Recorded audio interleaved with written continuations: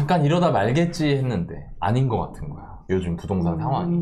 집값 3억 넘게 올라도 턱턱 산다. 3040이 집중적으로 사고 있다는데 분위기가 갑자기 바뀐 이유는 뭘까? 요즘 부동산 시장을 제가 같이 진단을 해볼 건데 마지막에 제 경험을 바탕으로 한 살짝 전망, 단순히 오른다 내린다 보다는 여러분들한테 도움이 되는 전망이겠죠? 여러분들 입장에서의 전망을 한번 해볼게요. 3억 뛰어도 턱턱 산다. 헬리오시티, 굉장히 유명하잖아요, 요 단지? 헬리오시티 부동산 사장님이 연초보다 3억이 넘게 뛰어 이러다 말겠지 했는데 계속된다, 거래가. 그리고 나서 돈 좀 있는 형님들 가세.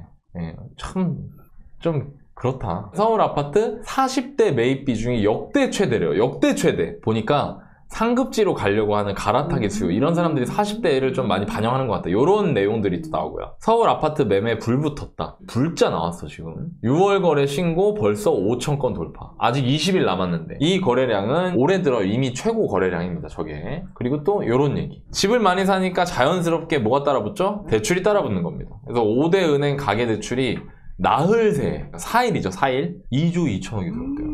어마어마하죠. 요즘 시장을 반영하는 이런 기사들이 나오고 있어요. 정리를 하면은 가격 상승에도 거래 지속이 확대되고 있다. 5월, 6월 아파트 거래량 서울이 5천 건을 돌파했고 주택 거래 증가에 따른 가계대출이 증가하고 있다. 이런 상황이니까 사람들이 조급해하고 불안해하고 있다. 자, 저희가 항상 서울만 했습니다, 거래량을 볼 때. 근데 지금 서울만 가지고는 여러분들한테 설명하기 어려운 것들이 많이 있어요, 제가 조사를 하다 보니까. 그래서 경기도부터 보여드리겠습니다. 수도권 전체를 조망하는 시간을 가져볼게요. 경기도의 수도권 아파트 거래량이고요. 2006년 1월부터 거래량을 제가 누적 집계를 한 겁니다. 2020년, 21년 지난 고점 때는 한 3만 5천 건에 육박하는 정도였어요. 이거를 전부 다 평균을 내면 2006년부터 2024년까지 약 18년간 경기도에서는 13,300건 정도 거래가 됩니다. 최근 3개월을 보면 제가 동그라미 해놨죠? 24년 3월에 10,000건, 24년 4월에 11,600건, 24년 5월에 11,700건. 3달 동안 어떻게 했어요? 계속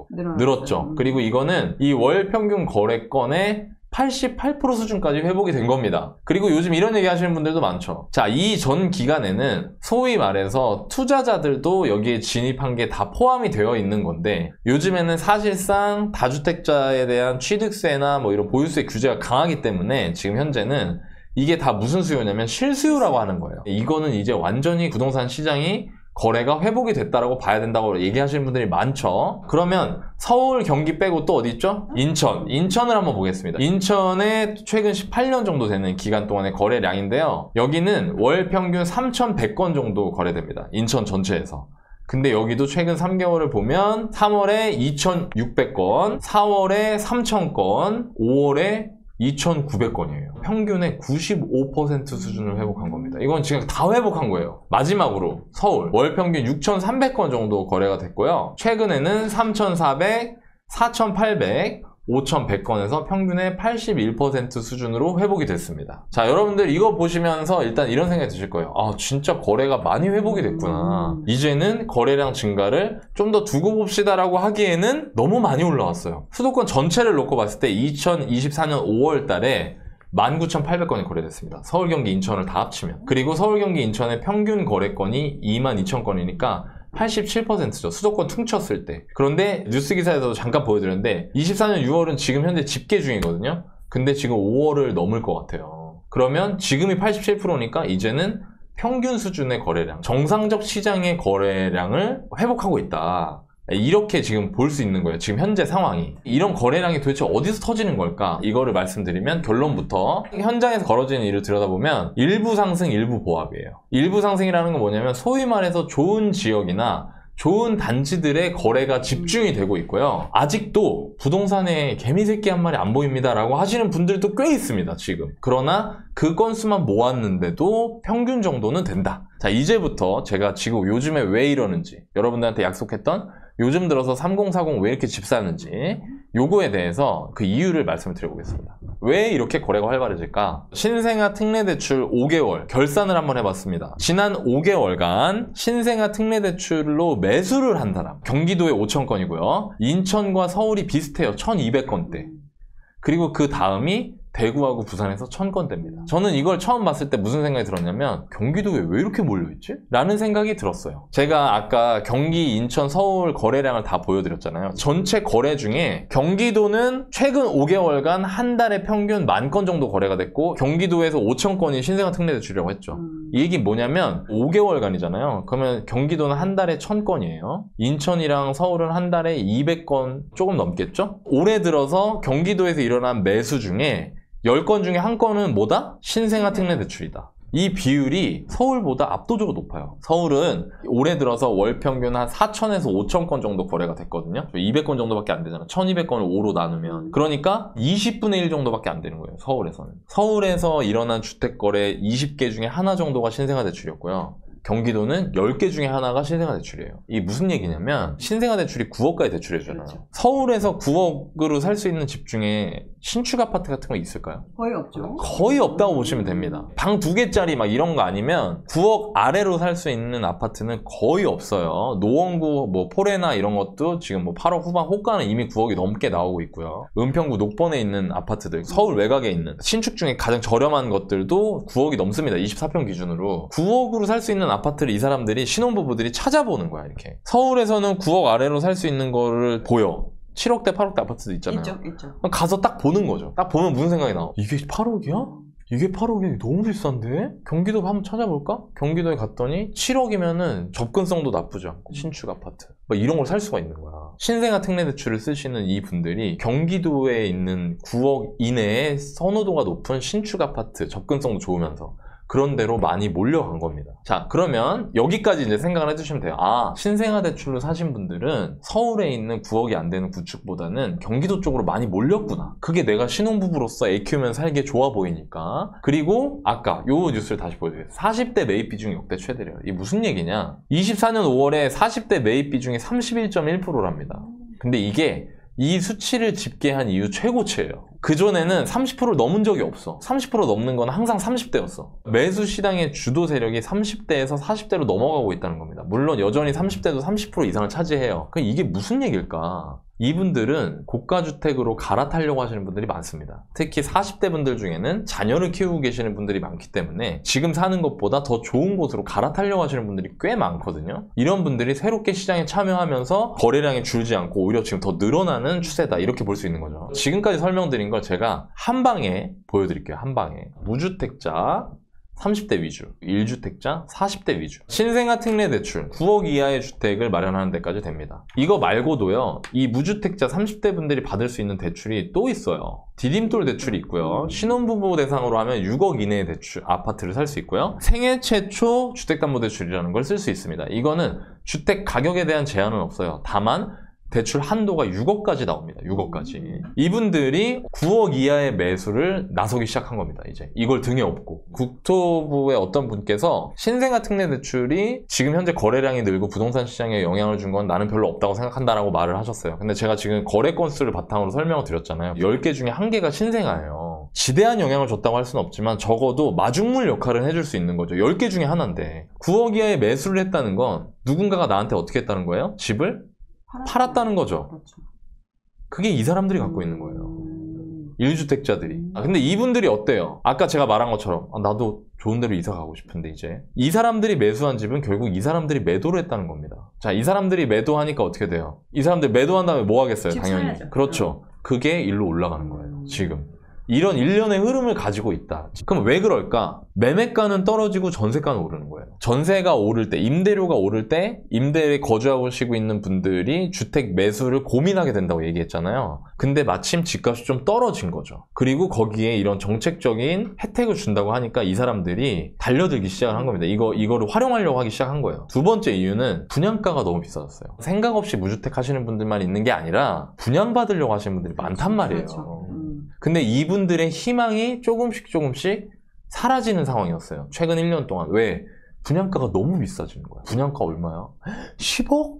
나 이거 당첨돼도 못 가. 이런 게 되게 많이 퍼졌고, 이게 제가 지난주에 여러분들한테 청약통장이 급속도로 많이 해지되고 있다는 뉴스 기사 분석을 통해서 말씀을 드렸어요. 그리고 또 다른 이유가 금리가 좀 떨어졌습니다. 이거는 사람들이 잘 모르는데 기준금리가 떨어지지 않았다고 해서 주택담보대출 금리가 떨어지지 않느냐? 그렇지 않아요. 실제로 은행에서 어떤 일이 있었냐면 벌써 거래량이 쪼그라든 지 꽤 오래됐잖아요. 근데 여러분 그거 아십니까? 은행 입장에서 제일 쉽게 말해서 꿀단지가 주택담보대출이에요. 왜냐하면 잘 보십시오. 신용대출은 1년에 한 번씩 이 사람 신용등급을 평가하면서 계속해서 갱신을 해야 돼요. 근데 주택담보대출은 어떠냐면 이 사람이 나랑 딱 약속 걸면 30년이야. 일단 30년짜리 이자가 확정이 되는 거예요. 대출 구자 하나를 터주더라도 은행 입장에서는 마케팅비, 영업비 이런 걸 감안했을 때 주택담보대출만한 꿀이 없단 말이에요. 그리고 담보물이 있지. 대출 금액도 크지. 그러니까 이게 너무 좋거든? 근데 이게 최근에 거래가 안 되니까 은행이 그 꿀단지가 어떻게 된 거야? 아니, 말라붙은 거예요. 그래서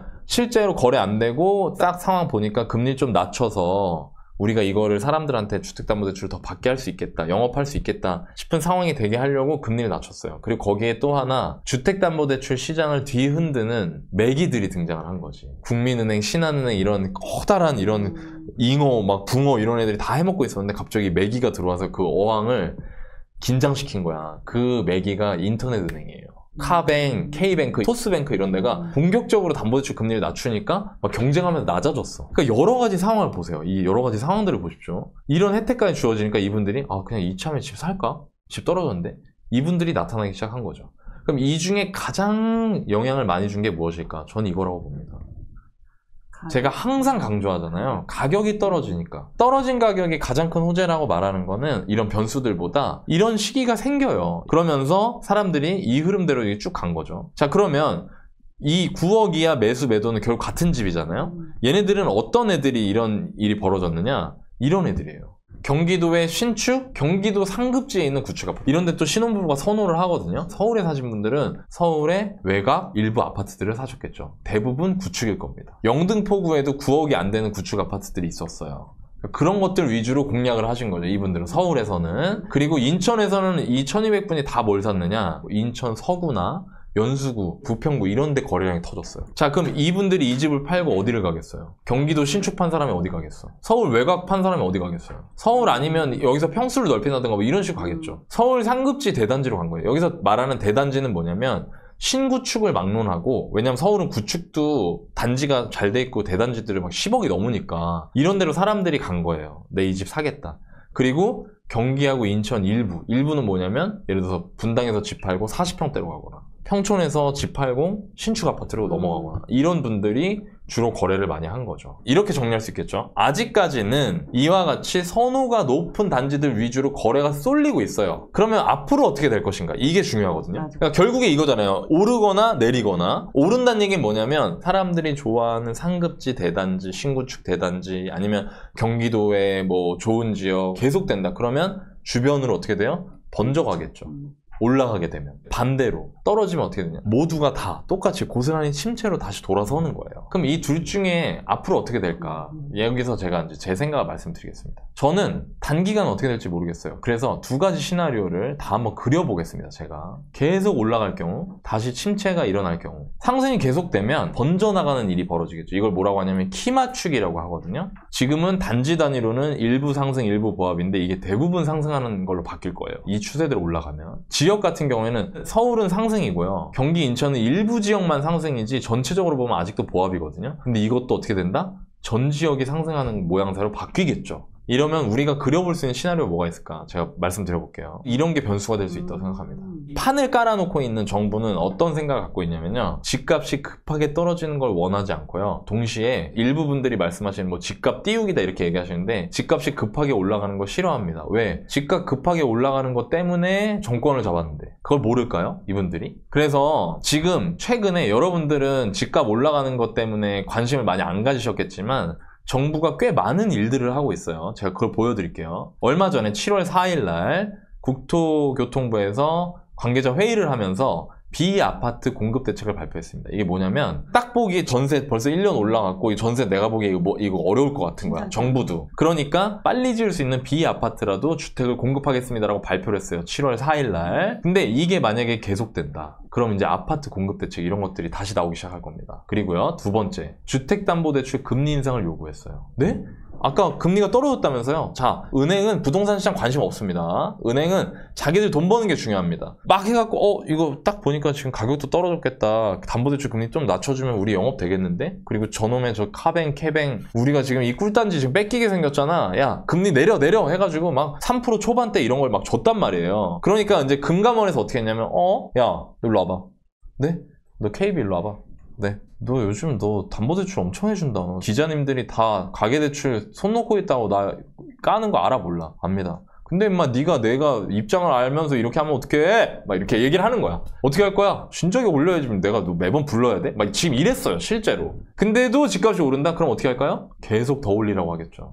담보대출 금리 올려라. 기준금리 못 올린다 지금 상황상. 담보대출 금리 올려라. 계속 이렇게 갈 겁니다. 그리고 최근에 이런 얘기가 있었어요. 전세대출 DSR 관련 자료를 요구했습니다. 금감원에서 은행들한테. 그러면서 이렇게 얘기했어요. 자, 은행 여러분 모이세요. 네. 전세대출 관련해서 DSR 자료 좀 다 제출하세요. 네?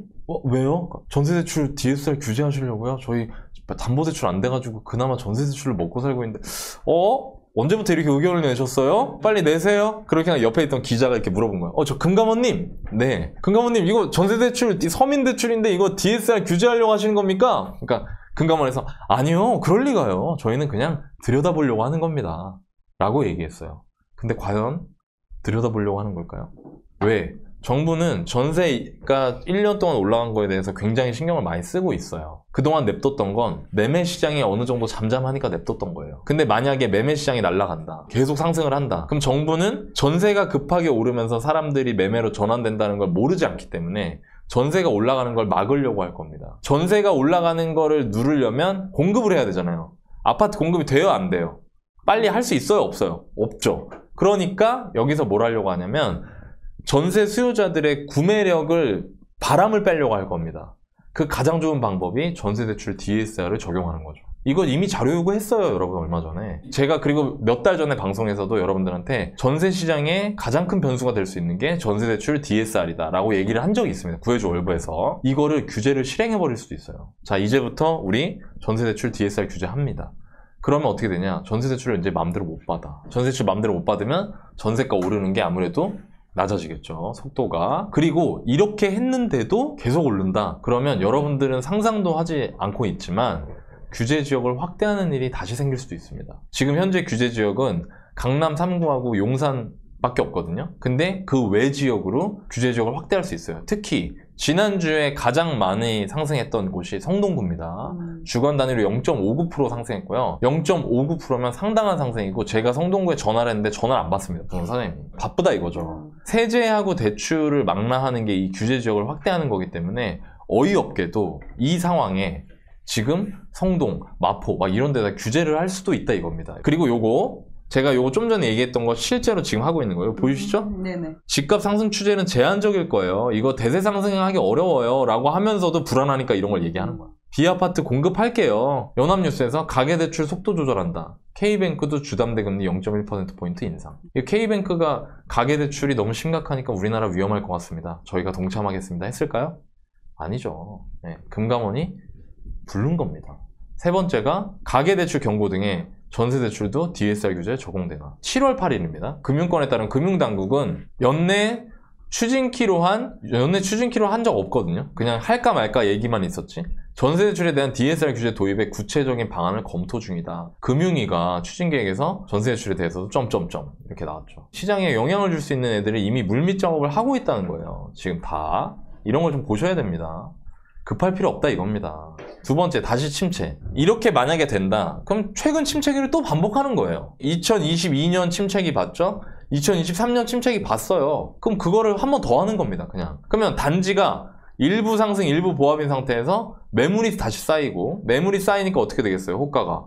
다시 떨어지겠죠. 지역별로는 서울은 오르고 경기, 인천은 그냥 보합이었는데 이제 다시 서울도 거래량이 막 2,000건, 3,000건으로 떨어지고 다시 침체기가 되겠죠. 그러면 언제 그랬냐는 듯이 그냥 팔 걸 그랬나 하면서 물건이 나옵니다. 근데 걔네들이 또 안 팔리면 호가가 또 떨어지고 이게 반복이 되는 거예요. 그러면 이때 무슨 일이 생기냐? 잘 들으세요. 여기서 중요합니다. 이런 뉴스들이 또 나올 겁니다. 40% 50% 더 빠진다. 여러분들 2년 동안 매번 봤잖아요. 이거 매물수 최대입니다. 그리고 경기 상황 지금 우리나라 경기는 최악입니다. 외국도 진짜 상황 안 좋습니다. 그리고 또 이것도 나오겠죠. 전세 난 얘기가 나올 겁니다. 이렇게 되면 이 사람들 다 집 안 사고 다 어디로 가겠어요? 다 또 전세로 갈 거 아니에요. 그럼 전세 난 우려가 있겠죠? 그러니까 전세 난을 해결하기 위해서 정부에서 전세 난을 해결하기 위해서 이런 것들을 하겠습니다 라고 하면서 어떤 뭔가 정책이 나올 거예요. 그 중에 하나가 전세대출 DSR 규제도 될 수 있겠죠. 이런 게 나올 거예요. 그럼 여러분들은 이거 보면서 그 생각하실 거예요. 그래서 너나이님은 왼쪽처럼 될 것 같아요? 오른쪽처럼 될 것 같아요? 제가 아까 전망을 할 거라고 했는데 그건 시장의 전망이지 여러분들이 활용할 수 있는 전망이 아니거든요. 제가 여러분들이 활용할 수 있는 전망을 말씀드릴게요. 딱 하나. 여러분들이 이 콘텐츠를 보고 끄고 나서 아 똑똑해졌다 이게 아니라 아 나 이걸 이렇게 인식해야겠다 딱 남겨야 되는 거 딱 하나를 말할게요. 그게 뭐냐면 어떤 방향으로 가도 기회는 온다는 겁니다. 어떤 방향으로 가도 여러분들 내 집 마련할 기회가 올 거예요. 왜? 지금 완연한 대세 상승장이 아니기 때문에. 대세 상승장은 제가 10년 투자하면서 자신있게 말할 수 있는 건 빨리 움직여야 될 때가 있습니다. 실제로 있어요. 2017년, 18년 제가 제 지인들 내 집 마련 도와줄 때, 제 동생 내 집 마련 도와줄 때 그럴 때 막 밀었습니다. 빨리 사라 지금. 그럴 때가 있고요. 그렇지 않을 때가 있거든요. 근데 저는 지금은 그럴 때는 아니라고 생각해요. 왜냐면 지금 가격이 절대적으로 싼 수준은 아니란 말이에요. 이제. 근데 이런 상태에서 상승으로 계속 가게 놔두느냐? 절대 그렇게 할 수 없죠. 부동산 가격이 폭등했을 때 거기서 나오는 후유증도 상당히 크기 때문에. 그러면 아까 말씀드린 것처럼 뭔가 누르는 게 나오고요. 제 10년 경험상 정부에서 누르는 게 나오면 반드시 숨고르기 혹은 가격이 일시적으로 빠지는 일들이 나옵니다. 이걸 놓친 분들, 내가 놓쳤다고 생각하고 자책하시는 분들은 그런 기회가 오게 되면 그때 안 놓치면 돼요. 무슨 얘기인지 아시겠습니까? 그리고 또 반대로 만약에 침체가 와요. 근데 여러분 지난 3년 하락장을 잘 생각해 보세요. 제가 떨어진 가격이 호재라고 하잖아요. 가격이 내렸어. 근데 호재지, 호재. 근데 그때 더 내릴 거야, 더 내릴 거야, 더 내릴 거야, 40% 내릴 거야, 50% 내릴 거야 했던 사람들의 지금 모습을 생각해 보시라는 거예요. 이 일이 반복될 거라니까요. 그러면 그때는 마음 먹고 행동을 해야 될 거 아니에요. 지금 여러분 제일 해피한 사람들이 누구냐면 2022년 12월, 2023년 1월에 집 산 사람들이에요. 고점 대비 30%씩 빠진 가격에 산 사람들. 서울 아파트 12억까지 갔던 거 8억 8천에 산 사람들. 이런 사람들이 지금 제일 해피하다니. 강 건너 불구경이에요, 그 사람들은 이거. 여러분들이 그런 행동을 하려고 준비하셔야 된다. 이게 전망인 거예요. 시장이 오른다 떨어진다는 여러분들한테 하등의 도움이 안 돼요. 일절 도움이 안 돼요. 내가 뭘 어떻게 해야 될지를 생각하게 하는 게 도움이 된다고 생각해요. 저는 이 콘텐츠 만들면서 그 생각했어요. 여러분들이 그 기회를 부정하고 거부하지만 않는다면 어떤 방향으로 가도 기회는 다시 온다고 저는 생각하고 있습니다. 그럼 내가 뭘 해야 되냐? 이 두 가지를 하셔야죠. 항상 강조하는 거. 넋 놓고 있지 말아라. 이제는 진짜 준비해야 될 때다. 가격대를 잡아라. 나는 이 아파트는 이 정도면은 나는 그냥 조금 더 빠지더라도 나는 그냥 산다. 혹은 내가 사고 나서 오르면 난 해피하겠지만 아니더라도 나는 이 정도면은 충분히 이 집에서 잘 살아갈 수 있다. 해피하게. 그리고 장기적으로 이 집은 좋아질 거라고 생각한다. 이런 집 후보들을 정하시고 그 기준 가격을 정해보세요. 그리고 제가 오늘 말씀드린 오르든 내리든 언젠가 여러분에게 다시 올 그 기회가 됐을 때 여러분들이 그 기회를 꼭 잘 잡으셨으면 하는 바람입니다. 제가 하나 좀 덧붙이고 싶은 게 뭐냐면 제가 여러분들한테 표현이 참 부족한가 봐요. 저는 상승론자, 하락론자 뭐 이런 컨셉에는 관심 1도 없어요. 저는 그런 거를 맞추고 싶은 마음도 없고요. 전 맞출 수 있는 능력도 없습니다. 시장에 대한 전망은 저보다 훨씬 공부도 많이 하시고 훨씬 똑똑하신 분들이나 하는 거지 저같이 일개 투자자가 무슨 시장에 대한 전망을 하겠습니까? 제가 할 수 있는 거는 과연 이 시대를 살아가고 있는 우리나라 직장인들, 그 다음에 자영업자분들, 30대, 40대, 50대 어떻게 하면은 내가 내 집 하나 잘 사볼까 고민하시는 분들한테 제 경험을 나눠드리는 데 있거든요. 이 방송의 목적은. 그래서 저는 저한테 오를 것 같다, 떨어질 것 같다, 뭐 집을 사는 거를 부추기지 마라, 혹은 집값 떨어진다는 소리 하지 말아라, 함부로 전망하지 말아라 이런 얘기 하실 필요 없어요. 왜냐면 저는 그런 사람이 못 되거든요. 그래서 제 마음이 좀 잘 전달됐으면 좋겠고요. 여러분들한테. 여러분들이 오늘 방송 보시고 이 기회를 부정하고 거부하지 않겠다라는 마음을 먹고 그리고 내가 다시 만약에 기회가 왔을 때 놓치지 않기 위해서 이 집, 어떤 집을 갈까? 그리고 그 집들이 얼마 정도 가격이 되면 나는 매수할까? 이런 것들을 실제 행동으로 꼭 옮겨보셨으면 하는 바람입니다. 도움이 됐으면 좋겠습니다. 네, 오늘은 여기서 끝! 뿅!